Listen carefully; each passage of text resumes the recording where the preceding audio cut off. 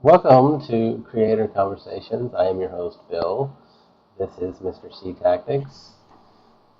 Hi. He does anime. See? What is anime? Anime is Japan animations. It's like Japanese cartoons, but instead of just being for kids, they also make some specifically for adults as well, and some of them you even watch people banging. Whoa. You I know, pretty crazy, so right? you can watch people bang anime? Thanks for having me on the show, Bill. When you told me about this idea you had to interview all sorts of channels, I was kind of skeptical at first. I was like, okay, solid idea. And then I think you gave up on it at one point, and then you're doing it again. So that's pretty cool. I'm trying. I can tell. I can tell. Fuck. Don't worry. Just say first question and ask the first question. Okay. Um, so, see, how did you start your YouTube channel? Man, I've told so many different versions of this story. It's incredible. But I'll tell the more simpler one. In 2011, I think my sister had passed away, and I was not doing well. And as a 16-year-old, having your sister just pass away, eh, that really messes with you. And I didn't have much of an outlet. My family was pretty much in shambles at that point, and what I found solace in was playing Call of Duty. So what I did is that year for Christmas, what was left of it, I got a Roxio Game Capture, and most of you will not know what that is, but it's a capture card specifically made for gamers, marketed to gamers. Um, and this thing only recorded in 480p, um, and it natively. It didn't go any higher.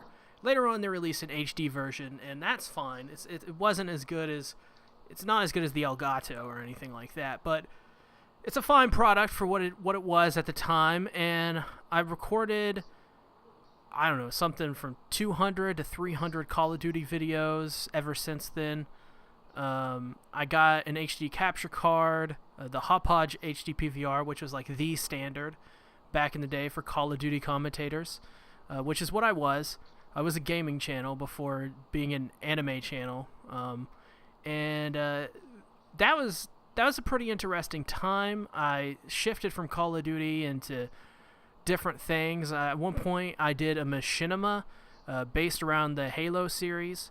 At one point, I did random-based video game challenges. I did scripted skits at one point. Everything under the sun to see what stuck. And in 2014, I started a series called Anime Friday, which is a series I now kind of am thankful I did. It was kind of like this idea I had way back when, and it wasn't even for anime initially. It was for a video game called Titanfall. When Titanfall initially came out in like 2014, I did this series called Titanfall Tuesdays, where I did every Tuesday I released a Titanfall video, tips and tricks, commentary, let's play, whatever it was that I did that week. And those I don't think those videos exist anymore, but because I think I deleted them or something like that, and they got lost. But I took that idea and I applied it to anime, and I thought I'm just gonna do 12 episodes of this, and then I'm just gonna see how it goes, like if I enjoy it, because I'm not too sure I still like anime at this point.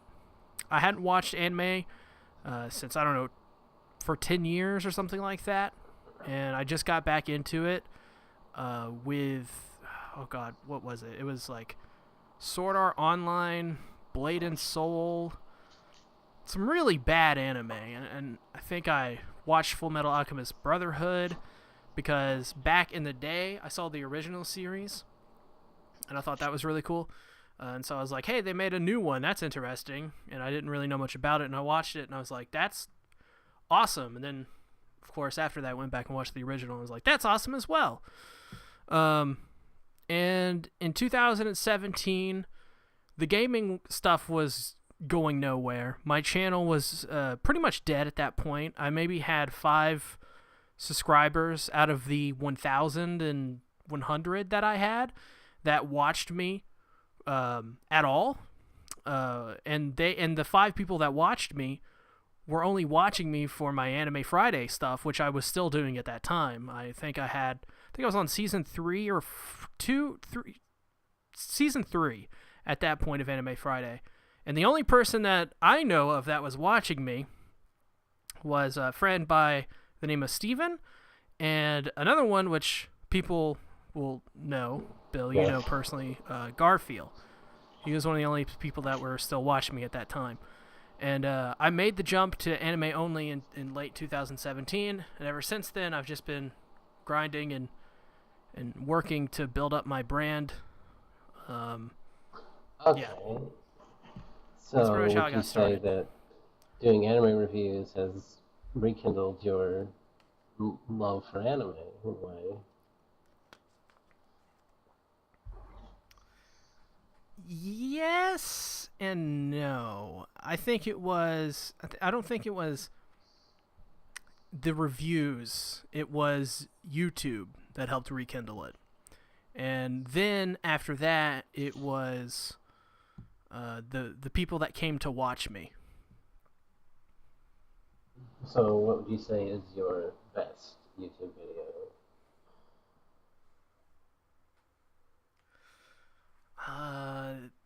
It's tough because I'm very self-aware of what kind of content I create.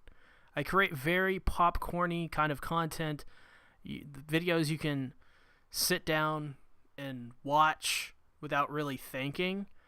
But I think in terms of videos that I love the most, the ones I spent the hardest on, personally speaking, my video for JoJo's Bizarre Adventure Phantom Blood that recently came out. I love that video. And as well, this is really a series of videos, but Ganova episodes 1 through 4, and 4 never came out.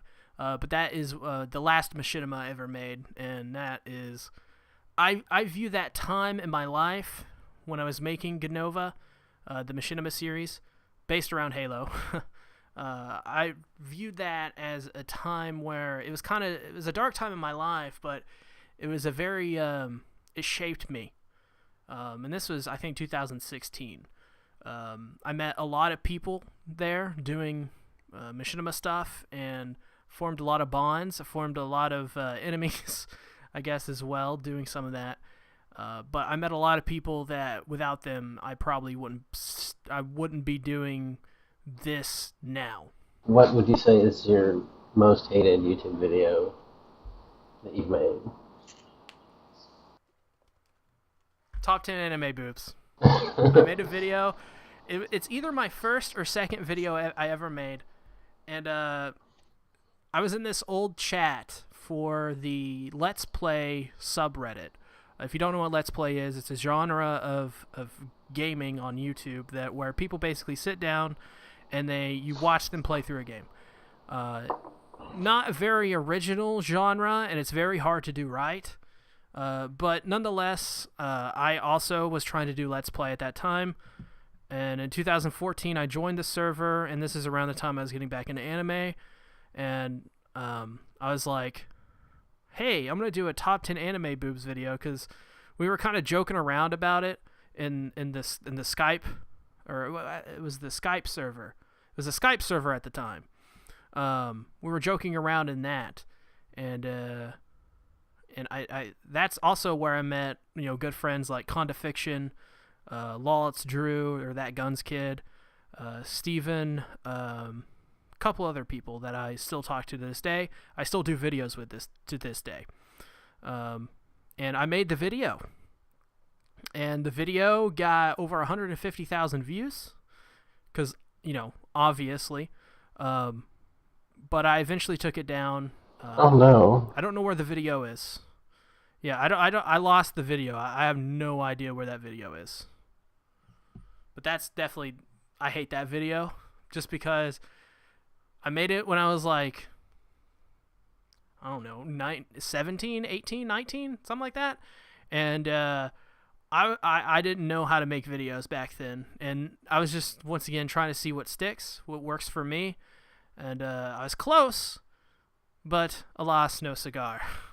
Okay, what would you say is the best thing to ever happen to you on YouTube, just in general? I talked about this in a stream recently, actually. There's a couple things. Now that I think about it, there's three things. One was the Let's Play server on Skype that I joined, because once again, I met people that I consider really great friends, like Condifiction, Law It's True, aka that Guns kid, and a couple other people. Steven, which I eventually ended up forming a band with. People that mean a lot to me. The second thing is the greatest thing, probably like the most objective thing that you can look at and say, yeah, that's why Seatactics has 2.7k subscribers, and that is my Discord server for my public channel. I met a lot of great people, one of them being you, one of them being Rising Sun Reviews, Abby from Visual Evaluations, just a ton of really great people. Really just, sorry, got a text message.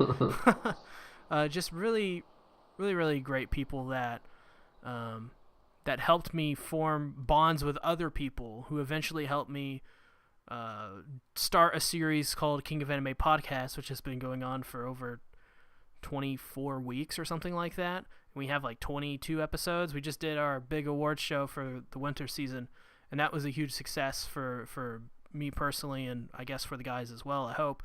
And those guys as well, I considered them, just a little over 6 months, or a little under 6 months, to be great friends. And I guess that is one of them. And the other one is my random video I made based off a joke thumbnail that I was sending to the guys on the King of Anime podcast.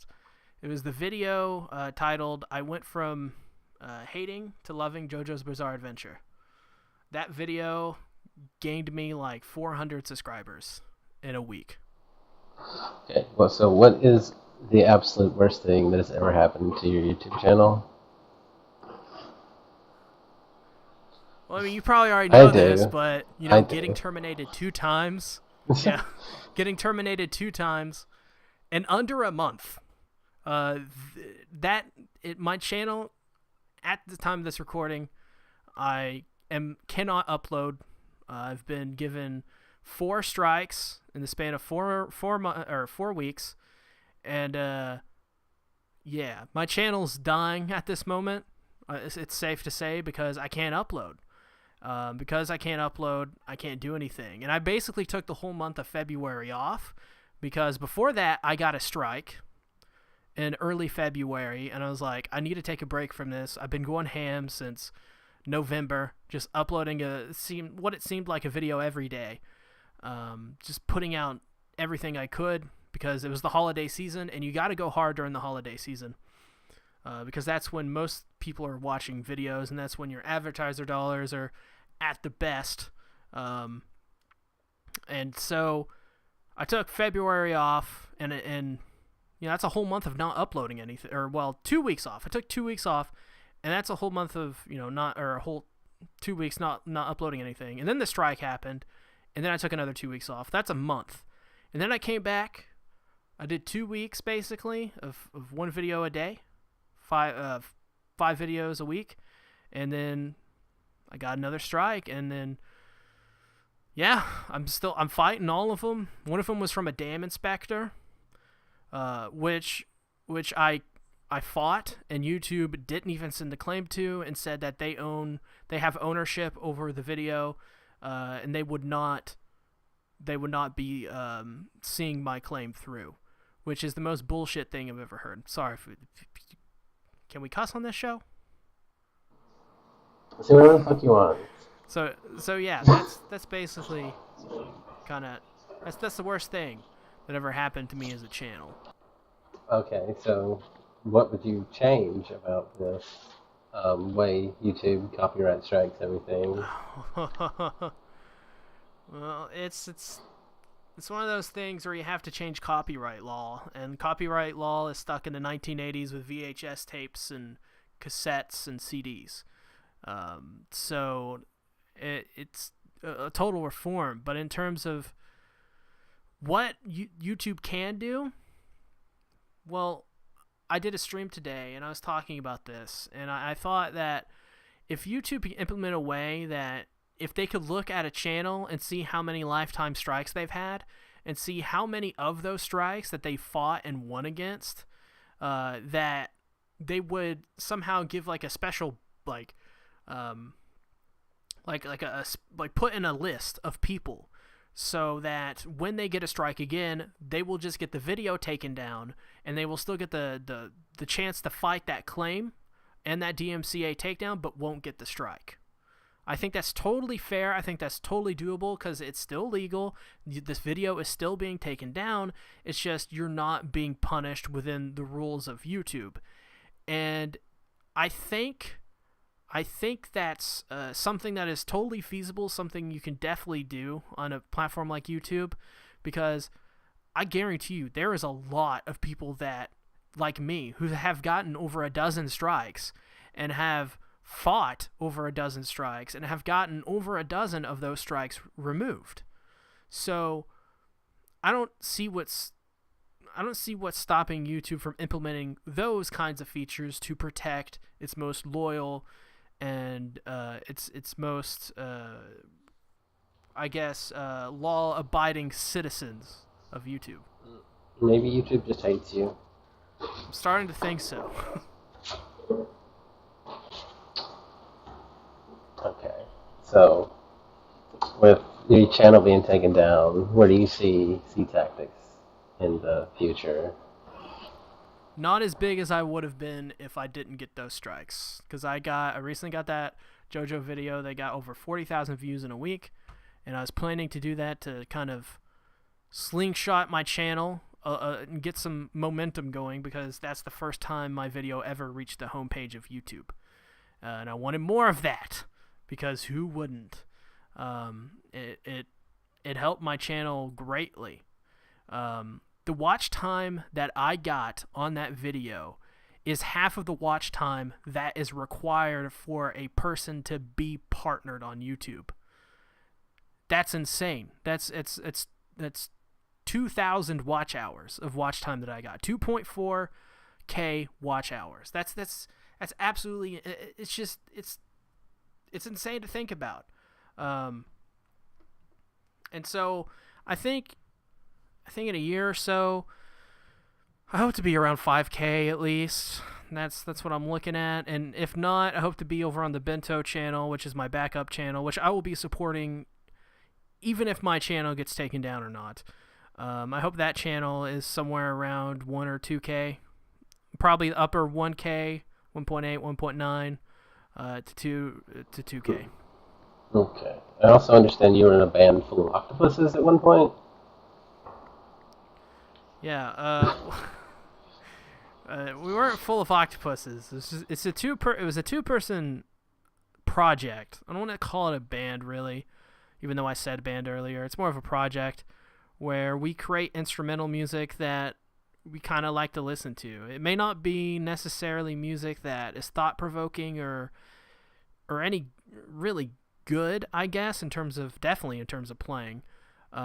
But we got together one weekend and we were like, I think I mentioned as a joke while me and my bandmate Steven, we were playing Overwatch, and I was like, wouldn't it be funny if we just recorded like a joke album where it was all just like the music like we wanted to play, like goofy, like experimental rock and roll?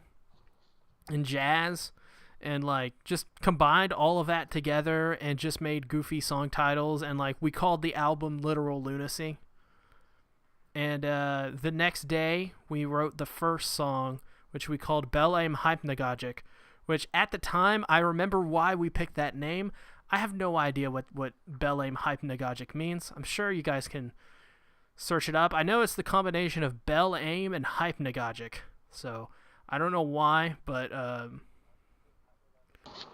I have no idea. What does hypnagogic mean? Not a clue. And so we made that EP. It's like a 6-song EP. And this is around the time that I was in a jazz band. So there's a lot of, oh God, a phone call is here!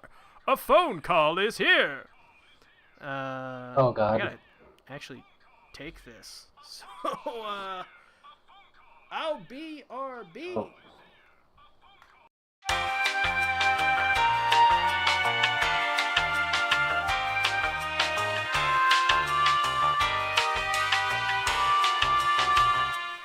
Bill, I'm back! Yay. So basically, it was just started as a super weird project after I joined jazz band. I was super inspired, you know. Being in a jazz band, you got to come up with stuff on the spot. So that whole album was recorded in a weekend. Or no, it was recorded in a week. And most of it is all one take. You can find it. Just type in Orange Octopus Band. So it's... I think it should be... Yeah, the EP should be titled Literal Lunacy. It's rock and roll. It's jazz. It's all of it. Okay, I guess that's all the questions I have for today. Seatactics, want to tell people where they can find you? Find me on YouTube. I'm Seatactics there, youtube.com/Seatactics, FTW, or just youtube.com/C/Seatactics. That's the channel link. Another places they can find me is at Bento. It's the Bento channel. There's a link for that on my channel page. Well, there should be links to everything in the description below. You can find me on twitch.tv/Seatactics. You can find me on mixer.com/Seatactics. You can find me on Twitter at SeaTacticsYT. You can find me everywhere. I'm just on everything. Hell, you can find me on BitChute. Wow. Yeah, and gab.io. You can find me on so many places. I'm everywhere. Seatactics is literally everywhere, guys. Find him. I'm hiding in a bush, and I'm waiting for you to come home so I can do things. Do things to you. Seatactics will do things to you. And you will like it. Yeah. Hell yeah.